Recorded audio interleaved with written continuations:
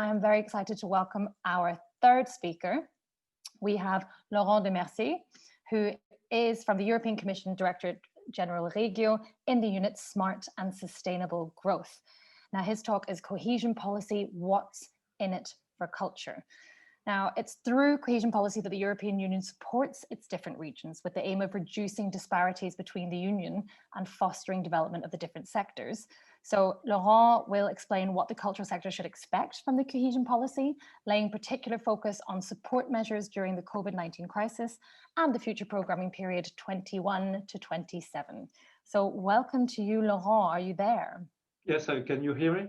We can hear and we can see you. Welcome. Okay. Thank you, Cori, for this introduction, and also thank you, Leah, and the team for giving me this opportunity to present cohesion policy. So good afternoon, ladies and gentlemen. I will give you information on how cohesion policy has been supporting the cultural and creative sector so far, and how it will continue to support it. And I will also give you some information about the how cohesion policy can contribute to help the stakeholders to face the current crisis and to prepare the recovery. Okay, so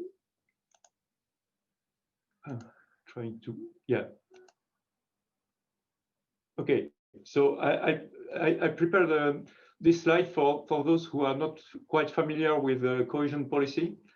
So in a nutshell, cohesion policy, it's written in, I mean, it's 14 in the EU treaty, and so the main goal is to bring cohesion, to reduce disparities, and to help the lagging regions to catch up.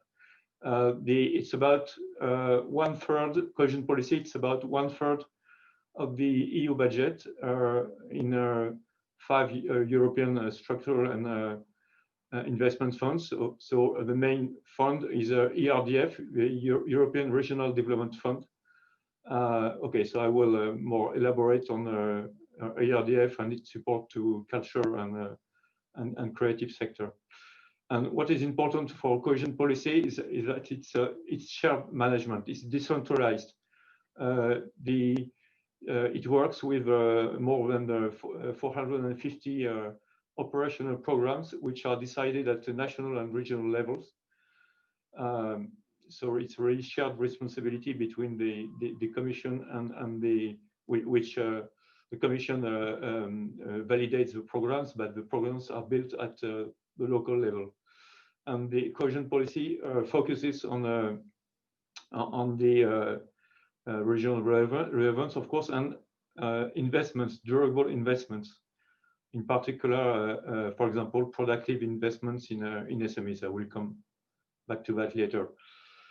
Okay, and you can see that that it's also cohesion policy is really well, 80% is concentrated in the less developed regions and countries. So well, this is not surprising, given the main goals of cohesion policy.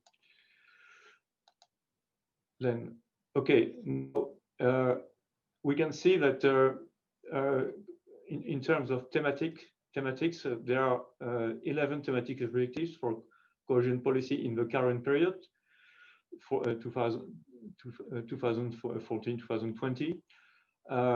There is concerning the ERDF, there is a thematic concentration. In other words, it will ERDF will support mainly the first four thematic objectives, and culture.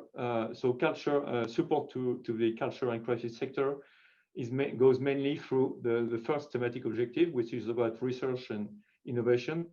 The second one on ICT, for example, for the digitalization of cultural content. Number 3 for SMEs, because there are, as you know, there are a lot of SMEs in this sector, and also number 6, which which contributes to the preservation of cultural heritage. Okay, now in terms of volume, you can see from this graph that in the current period, 2014-2020, support to culture and heritage is mainly through actions funding the protection, the development, and the promotion of public cultural actions. So about 4.7 billion euros are planned under the ERDF for this topic. And other relevant actions include the development of heritage and cultural services, e-culture application, and private initiatives in the area of the cultural and creative industries, all with the main objective of contributing to regional and economic development. You will notice that so the blue means eligible costs decided, and the orange means EU the spent has been spent. So you can see that what is spent is only a small share of what decided, but the stakeholders have until 2023 to spend. So what was decided by the program. So we still have time.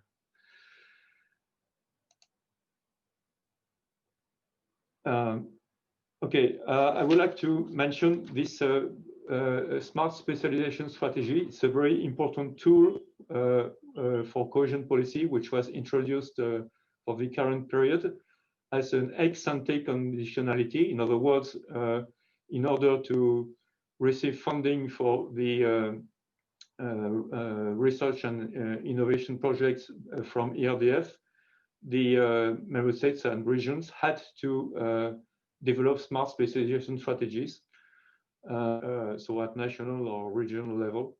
And so it means building a S3 means identify priorities for intervention, and it's a bottom-up and a dynamic process. So it involved the stakeholders, not only the public authorities, but research, industry, civil society, and it's a dynamic process. At this stage, there are many member states and regions, little less than 200 regions, which put culture and crisis sector as a priority in their smart specialization strategies. So smart specialization strategies will continue to play a very important role in the future cohesion policy. I will come back to that. And now, what we can say about the near future. So it's like for Horizon Europe, it's the same, I would say, same period, Canada. New period starting next year until 2027. So the total allocation is and the allocation for ERDF as they stand now are written here. And so this cohesion policy will work through 5 policy objectives. So it's a simplification compared to the previous period where you had 11 thematic objectives. And there is again a thematic concentration on the first 2 policy objectives. So the first one, and I will say also that through these policy objectives, there will be plenty of opportunities for funding the culture and creative sectors.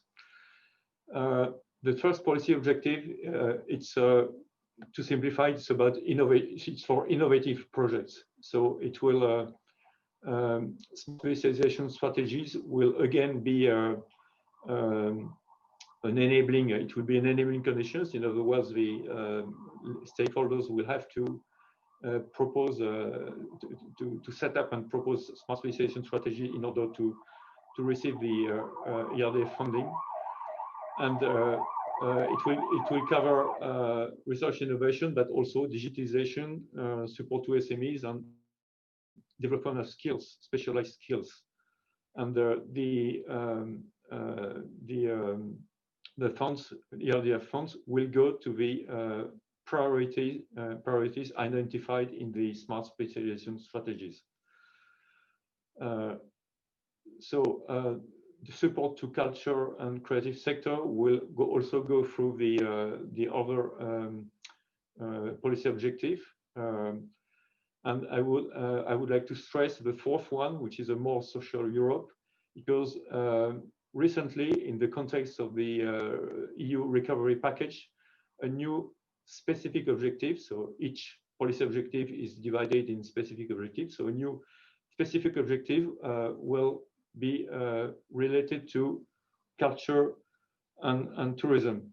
It will focus on, it will contribute to strengthen the social inclusion and the economic and territorial development through investments in culture and tourism. So it will not prevent the other ways of supporting culture and tourism through other policy objectives, but it's a new opportunity which will contribute to the visibility of these sectors and also to better flexibility in the programming.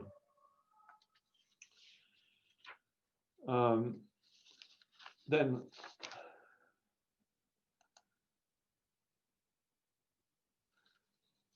okay, this slide may seem rather technical, but I think it's important to show the scope of support from the ERDF. As you can see, it's a wide. The scope is very wide, but in fact, the ERDF should focus on investments. So investments in infrastructures, services, access to services, productive investment in SMEs, and also intangible assets. The intangible assets take more and more importance. So it's investments, and as you can see in the bottom of the slide, it's not except for some outermost regions. It's ERDF will not fund operating, running costs, and maintenance. So it's really focused on productive investments, also technical assistance, and SMEs are a big target, and big companies can be funded, but only if this involves cooperation with SMEs in research and innovation capacities, or the uptake of advanced technologies. And what also is new and important is that ERDF will support training, long life learning, and education activities for, I would say, specialized activities for the development of skills for smart specialization strategies, industrial transition, and entrepreneurship. So, so far, training and education activities were funded only by the ESF, European Social Fund, but now, in the next cohesion policy, ERDF will have the opportunity to support such activities, provided that they are specialized and not horizontal skills. Horizontal skills will continue to be funded by the ESF. Okay, and now some information about the short-term measures to help the stakeholders to face the crisis. So through cohesion policy, so you have this coronavirus response investment initiative, CRI, which was put in place in spring this year. And it's really it's to address the liquidity issue which companies and other institutions can face. So as a derogation, ERDF can now support working capital in SMEs. It wasn't the case up to now. So it will. And also ERDF can support investments in products and services to ensure, for example, compliance with public health protocols and adoption of adaptation of public spaces or health capacity. So I think it's very important for the culture and creative sector, in which, of course, there are many activities involving public spaces. And once again, cohesion policy, it's a decentralized process. So it means that it's really up to the local stakeholders to identify crisis priorities and to propose modifications of current ERDF programs in order to incorporate these measures for SMEs. And these are horizontal measures, so they apply to many sectors, but in particular they can help a lot the cultural and creative sector. So this was for the short term, and now we have in the recovery package, which was proposed recently by the EU in May, in fact. You have this new tool, REACT-EU, which will help to bridge the gap between the current crisis, the response to the current crisis, and long-term recovery. So it's a big amount, 47.5 billion, which will be added to the current cohesion policy programs, and they will be targeted to the most affected regions and sectors in the remaining 3 years of the current programming period. So the amounts country by country have not been finalized yet, but it's being prepared, and so the local stakeholders will be able to propose, I would say, new programs, or to restart programs which had been stalled because of the crisis. So with the help of REACT-EU, so this additional funding should help the local stakeholders to start doing programs. And so the REACT-EU will focus on short-term employment schemes, liquidity support to SMEs as the previous instrument, CREA. So this is again a big priority. And last but not least, it's also for the recovery and the longer-term support to green and digital transition. So it will give REACT-EU will give the opportunity to the member states and regions to think about sustainable investments, in particular for the green and digital transition. And so it will be a new opportunity of dialogue between the Commission and the local stakeholders, and of course, according to the partnership principle, it's up to the local partners to design the programs and to include, of course, the cultural and creative sectors, so that they can benefit from these programs. Okay, this was my last slide, and I thank you for your attention, and I'm ready to answer your questions if any. That's brilliant. Thank you so much. That was a lot of information. I'm just catching up now, and there are lots of questions in Slido as well, which is great. We can flick on over then to the Slido screen to have a look. There we go. And I'll just start at the top and work our way down and see how far we get. So, Laurent, the first question is, do you have a statistical overview about how much budget from the current 2014 to 2020 period has in fact been dedicated to cultural projects? Do you have a feeling, at least, about how much of the budget has actually gone to cultural projects? I think one of my slides was about this. So directly, so you know, I don't know if I can project the slide, but anyway, directly, there are more than 5 billion euros which were dedicated to the culture and creative sector under cohesion policy. So it's directly, I mean, so it's on my slide, which you can read. When you look at my slide, you can see that there are 5 lines. In fact, I insisted on the first line, which is by far the biggest one, which is protect, develop, and promote public cultural assets. It's more than.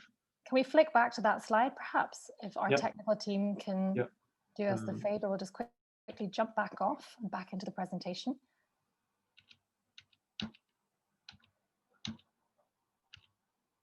Yeah. There we go. So you can see the first line is by far the biggest. So it's the protection of protection, development, promotion of public cultural asset actions, and you have the smaller lines, but in fact, it's direct support to culture and creative sector. You have also indirect support through other sectors, for example, I don't know, for the digital sector, it can contribute to the digitalization of cultural content. You have support to environment. It can contribute to the preservation of cultural heritage. So it's difficult to know exactly how much will be dedicated directly or indirectly to the cultural and creative sector, but this gives you an idea at least. It's ticking a lot of the boxes anyway. Thank you very much for bringing us back there. If the oh, look, I don't even need to say anything. We're back into Slido. Thank you very much for that bit of clarity there, Laurent. What do you think then that member states should be doing right now so that the cultural and creative sectors can profit from the cohesion policy? Should there be something happening on the side of the member states? Yeah, important question indeed. Well, in fact, I explained that the cohesion policy, it's a shared management process. So the member states and regions are invited to build operational programs, and then in order to define their priorities for funding, and then for receiving funding from the ERDF in particular. And so this program, there are exchanges between the member states and regions and the commissions, which finally will validate the programs. And once the programs are validated, the local stakeholders will, well, in fact, the managing authorities, the bodies in charge of managing the programs will launch a call for projects. So if the programs contain references to cultural and the cultural and creative sector, the stakeholders will be able to select projects supporting these sectors. And also concerning the smart specialization strategies, which once again are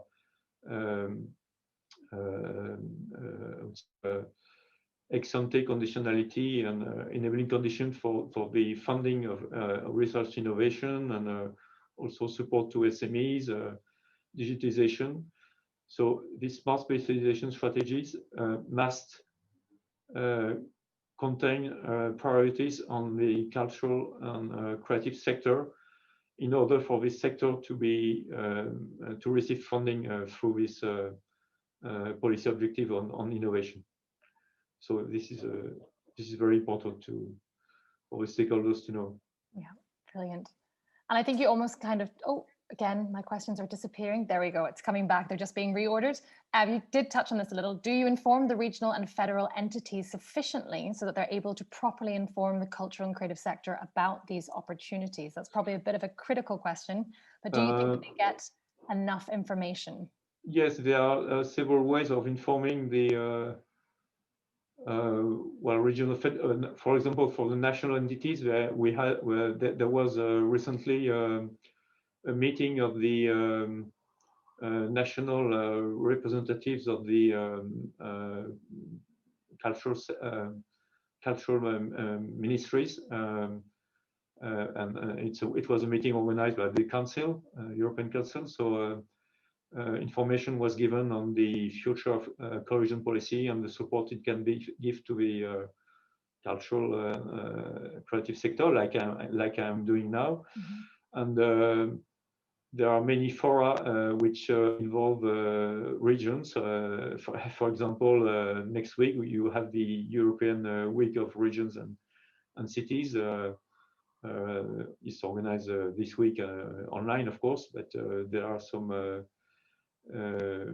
discussions about presentations about the workshops about the culture and creative sector, and we also well, the Commission will anyway, when all the regulations and for 2021-2027 are adopted and finalized, the Commission will communicate broadly on the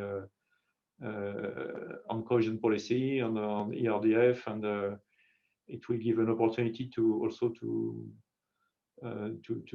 give information on the support to creative and cultural sector. Great, what a great opportunity. That's fabulous. Right, let's move on now to get through as many questions as we can. The next question on top is, will support to cultural infrastructure projects be available as part of the ERDF?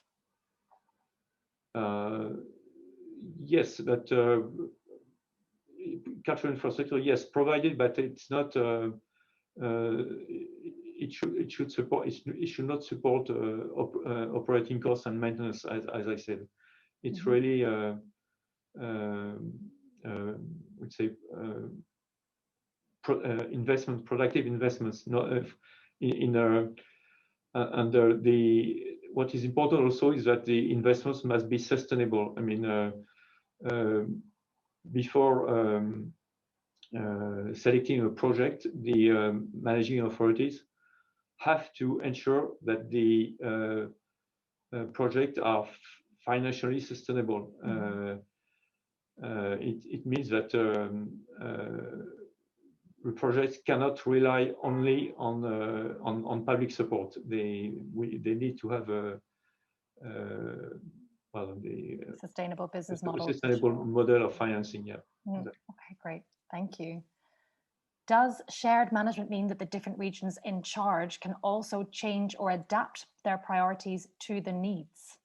Okay, so shared management means that the programs are designed by the member states and regions, and then when programs are adopted, validated by the Commission, they should last the whole programming period, so the 7 years. But programs can be amended throughout the programming period. It's not an automatic procedure. The amendments have to be accepted, and it should not come too often, but it's possible. Yes, the procedure exists. Yeah. Great.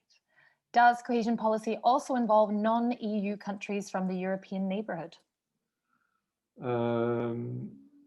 Not directly. Well.